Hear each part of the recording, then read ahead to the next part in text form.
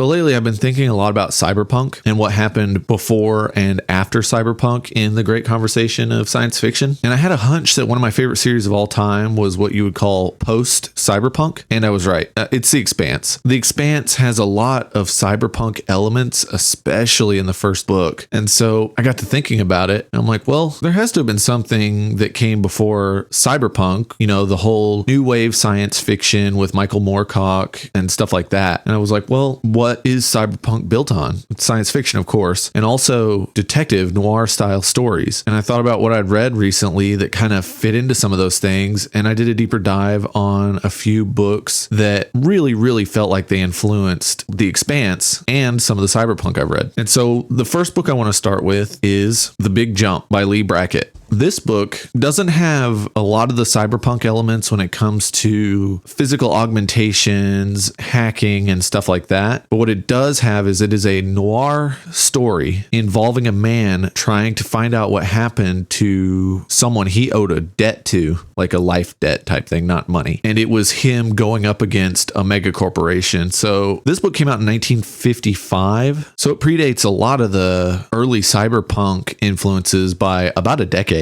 But a lot of the themes are there. You have a guy fighting a megacorp to try to figure out what happened to someone. And this corporation controls parts of the government. They control a lot of space travel, stuff like that. Like it's very cyberpunk in feel. And what I like to say that book is especially is it feels like someone took the aesthetics of Blade Runner and put them into an atomic era science fiction, because this is still in the 1950s where some things seem a little hopeful and you have like this we'll travel out into the stars kind of thing. And then the book goes places that are terrifying. It's like somehow you took Blade Runner, put it in atomic age science fiction, and then end it with cosmic horror. It's really good. I highly recommend it. You can get the audiobook on YouTube for free right now. Just look up The Big Jump by Leigh Brackett audiobook on YouTube, and someone has done their own reading of it. The book is 135 pages long, so it's a super short read. It's like a novella. So it fits all the qualifications. Before 1980, under 300 pages,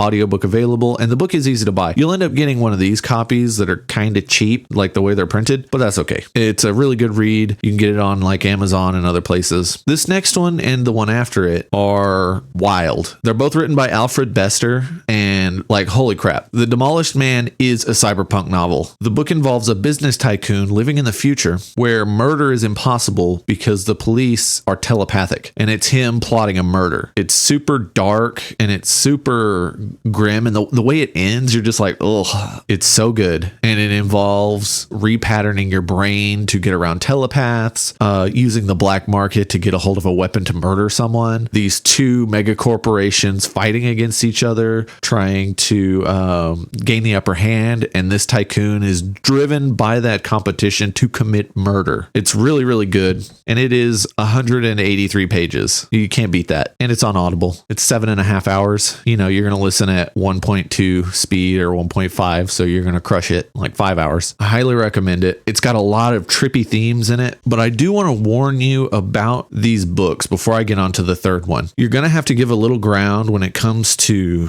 dialogue or the portrayal of women. But in The Big Jump, it's not like that.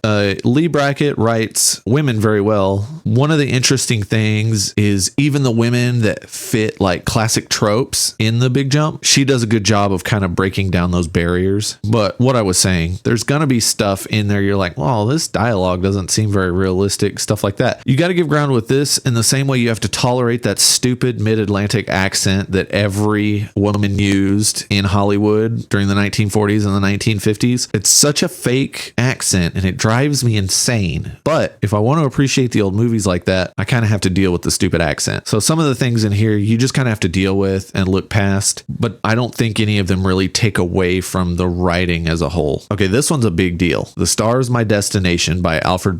Also, this is a glance hardcover. Super cool. I've never seen one of these. I was super hyped when I found it. The Star's My Destination is a direct influence on The Expanse, and it too is a cyberpunk novel. You have a guy out for revenge after he's been abandoned in space, and he goes back to Earth where these mega corporations control everything, and he uses wealth that he finds to physically augment his body with basically cybernetics. It's amazing. It's Cyberpunk written in 1956, and The Demolished Man was written in 1951. I know that a lot of the credit goes to Michael Moorcock and all the new wave science fiction writers, but I don't understand why these people aren't discussed more, like Leigh, Brackett, and Alfred Bester. Speaking of The Star's My Destination and The Expanse influence, Ty Frank, the co-author of The Expanse, has straight up said that The Star's My Destination was a direct influence on The Expanse. In The Star's My Destination, they have something called gutter slang, which is spoken by people in the gutter. And a lot of the people that speak it usually are out traveling the stars or in the asteroid belt, the belt where people speak belter slang in The Expanse. And one of the other things is in this book, you have essentially the outer alliance going up against the Earth, kind of like the outer planetary alliance, which is in The Expanse. So yeah, that's just another one of those little influences, and it's on Audible as well. It's under 300 pages. Yeah, it's 258 pages. Like, all three of these are super short reads. And another one I'm going to mention that I'm bummed because I don't have a physical copy, I will be getting one, is The Caves of Steel by Isaac Asimov. It is a noir story, so it kind of fits into that early cyberpunk mold. And another thing it involves is what other people viewed as a dystopian future, but Asimov thought was wonderful, which was everyone in like New York City and stuff kind of lives underground or lives in these domes because it's not kind of safe to breathe the air outside. And these people have become agoraphobic and stuff, like they won't go outside into the open. And Asimov thought it was awesome because he likes being inside and in